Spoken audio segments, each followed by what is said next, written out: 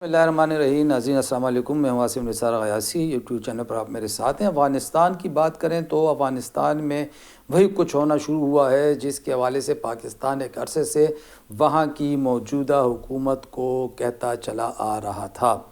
پاکستان نے بار بار موجودہ افغان حکومت، جس کو ہم افغان عبوری حکومت بھی کہہ سکتے ہیں، بار بار کہا کہ آپ کے ہاں جو لوگ مہمان بن کے آئے تھے اشرف غنی اور اس سے پہلے حامد کرزئی کے دور میں، وہ ہمارے لیے عذاب بنے ہوئے ہیں، اور جس طرح ان کے دور میں پاکستان کے خلاف افغان سرزمین استعمال ہوتی رہی، آپ کے دور میں بھی ہو رہی ہے، خدا را اس کی طرف توجہ دیں۔ تو تب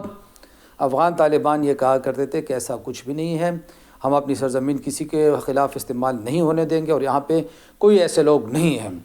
لیکن ساری دنیا جانتی ہے کہ جب کابل کا سقوط ہوا اور جب جیلیں توڑی گئیں تو وہ تمام عناصر باہر آ گئے جو وہاں اس وقت تک کافی حد تک پابند سلاسل تھے۔ ان میں بھی بہت سارے اینٹی پاکستان لوگ باہر آ گئے، کچھ وہاں سے پہلے موجود تھے۔ پاکستان نے بار بار کہا، ان کے ہائیڈ آؤٹس بھی بتائیں، ان کے ٹھکانے بھی بتائے، لیکن افغان حکمرانوں نے ایک نہ سنی۔ اور اب کابل میں چند روز قبل جب ان کے اپنے اہم کمانڈر اور ان کے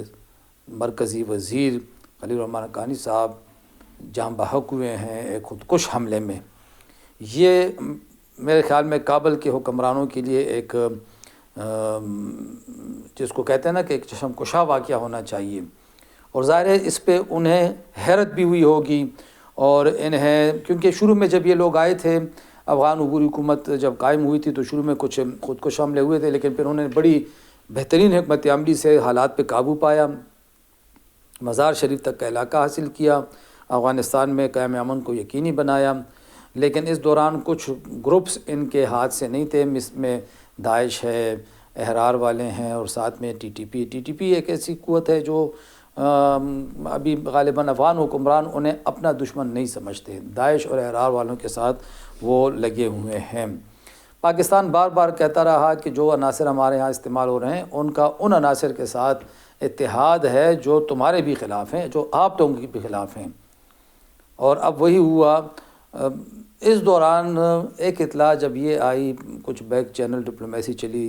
یہ ایک اچھی خوش آئند بات تھی کہ پاکستان کے بار بار کہنے کے بعد جب چین بھی اس میں انوالو ہو گیا، ظاہر ہے چین کے مفادات دونوں ممالک کے ساتھ جڑے ہوئے ہیں، اور چین یہی چاہے گا اور یہی چاہتا ہے کہ افغانستان اور پاکستان میں دونوں میں امن ہو اور دونوں کے تعلقات اچھے رہیں۔ تو چین کی ایک کوشش ہوئی جس کے نتیجے میں جو خبریں چند روز قبل آئیں غیر مصدقہ سی، وہ یہ تھیں کہ کچھ پاکستان مخالف عناصر کو پاکستانی سرحد سے اٹھا کے شمالی افغانستان کی طرف شفٹ کیا گیا ہے۔ یہ بڑی ایک اچھی پیش رفت تھی، اور خدا کرے کہ یہ اس پر عمل درآمد ہو۔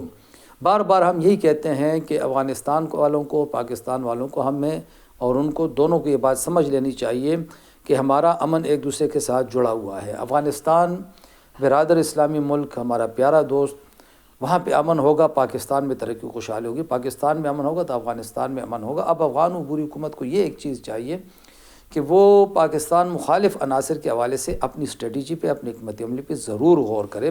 کیونکہ پاکستان کو جن مسائل کا سامنا ہے، اب جو حق افغانستان میں ہوا ہے تو اس نے یہ ثابت کر دیا کہ یہ خطرات افغانستان میں بدستور موجود ہیں، اور اگر افغان پالیسی اسی طرح جاری رہی تو خدا نخواستہ پاکستان کی طرح وہاں پہ بھی بدامنی کی ایک لہر پیدا ہو سکتی ہے۔ ساتھ ہی افغان حکمرانوں کو یہ بھی اس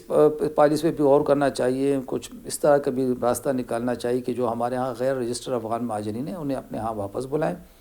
انہیں وہاں روزگار دلائیں، انہیں وہاں پہ کھپائیں، انہیں وہاں پہ زمینیں دیں کہ وہ آبادکاری کر سکیں، اور پھر رفتہ رفتہ جو رجسٹر افغان مہاجرین ہیں انہیں بھی واپس بلایا جائے تاکہ پاکستان کا بھی بوجھ ہلکا ہو۔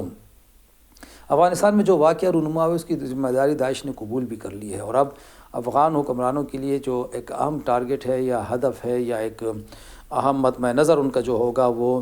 داعش، اور اسی طرح داعش خراسان، اور پھر اس طرح کی اور جو تنظیمیں ہیں، کیونکہ افغانستان میں اس وقت بھی درجنوں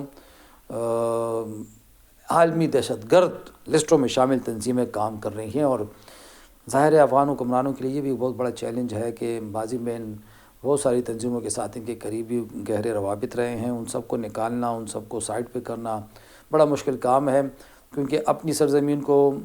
پرامن بنانا، پھر وہاں پہ روزگار اور ترقی کے مواقع، پھر وہاں پہ بدامنی کی راہ روکنا، یہ بڑا مشکل ٹاسک ہوتا ہے اور افغان حکومت اس پہ کام کر رہی ہے۔ اور لیکن ساتھ میں ہم ضرور ان کو یہ ایک دفعہ پھر کہنا چاہیں گے کہ پاکستان کے ساتھ جڑے رہنے کے لیے ضروری ہے کہ پاکستان کے تحفظات کا ازالہ کیا جائے، اور جب یہ ازالہ ہوگا تو دونوں اطراف خوشحالی کی ایک لہر چلے گی، کیونکہ جو اتنی لمبی بارڈر پہ جب تجارت ہوگی اور جب تجارتی راستے کھلے رہیں گے اور جب تجارتی حجم بڑھے گا تو پاکستان کے لیے بھی اور افغانستان کے لیے بھی ترقی و خوشحالی کے نئے نئے راستے کھلیں گے، روزگار بڑھے گا، خوشحالی بڑھے گی۔ اور یہ چیز دونوں ممالک کو یاد رکھنی چاہیے کہ جب بے روزگاری ختم ہوگی، غربت ختم ہوگی، پسماندگی ختم ہوگی، تو وہ قوتیں جو دونوں ممالک میں بدامنی کی لہر کی خواہاں ہیں وہ کمزور ہوگی، کیونکہ ان کو تقویت بے روزگاری سے، پسماندگی سے، غربت سے ملتی ہے۔ جب لوگ غریب ہوں، جب لوگ بے روزگار ہوں گے تو ان کے پاس کرنے کے لیے کچھ نہیں ہوتا، انہیں پیسے تو چاہیے، انہیں وسائل تو چاہیے زندگی گزارنے کے لیے، ان کے اصول کے لیے پھر وہ غلط ہاتھوں میں چلے جاتے ہیں۔ خدا کرے کہ پاکستان میں، افغانستان میں امن رہے، امن بحال ہو، اور خدا کرے کہ افغان حکومت کو پاکستان کے حوالے سے اپنے موقف پہ ذرا بھرپور نظر ثانی کا موقع ملے اور ان میں یہ سوچ پیدا ہو، تبھی جا کے تعلقات خوشگوار رہ سکیں گے، اور تبھی جا کے دونوں ممالک ایک بھرپور اور خوشحال زندگی کی طرف جا سکتے ہیں۔ یہ بات بھی خود ہمارے ہاں حکومت کو بھی یہ بات یاد رکھنی چاہیے، پاکستانی حکومت کو بھی، کوئی بھی افغانستان کے حوالے سے ایک پالیسی بنائے اور سیاست کو اور تجارت کو الگ الگ رکھا جائے۔ مصیبت یہ ہوتی ہے کہ جب کبھی حالات خراب ہوتے ہیں تو افغان بارڈر بند کر دیا جاتا ہے، سبزیاں، پھل، کھانے پینے کی اشیاء خراب ہو جاتی ہیں، تاجروں کو کروڑوں کا نقصان ہوتا ہے، تو یہ بھی بہت بڑی زیادتی ہے۔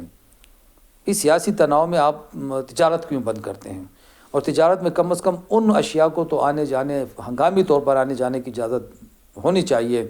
جو خوراکی، جو غذائی اشیاء ہوتی ہیں اور جو جلد خراب ہوتی ہیں۔ اس حوالے سے کوئی ٹھوس حکمت عملی بنائی جانی چاہیے، اور بارڈر کو کمائی کا ذریعہ نہیں بنانا چاہیے، بارڈر کو خوشحالی کا ذریعہ بنانا چاہیے۔ خدا حافظ۔